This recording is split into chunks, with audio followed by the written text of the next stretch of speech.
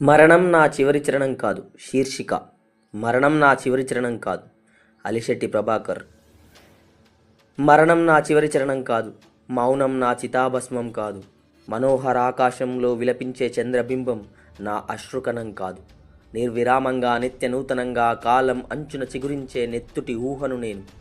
కలల ఉపరితలం మీద కదలాడే కాంతి పుంజం నేను. కన్నీళ్ళకి కర్తవ్యాన్ని నిర్దేశించే దిక్సూచిని నేను.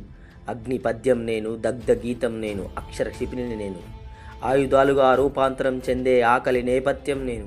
అడవి నేను, కడలి నేను, ఉప్పొంగే మానవ సమూహాల సంఘర్షణ నేను. అజ్ఞాతంగా అంతర్లీనంగా మట్టి పొరల్లోంచి పర్యాప్తమవుతున్న పోరాట పరిమళం నేను.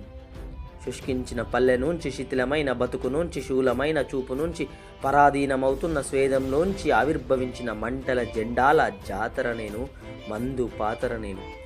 లోపభూయిష్టమైన వ్యవస్థలో లోహంగా మారిన పిడికిలి నేను.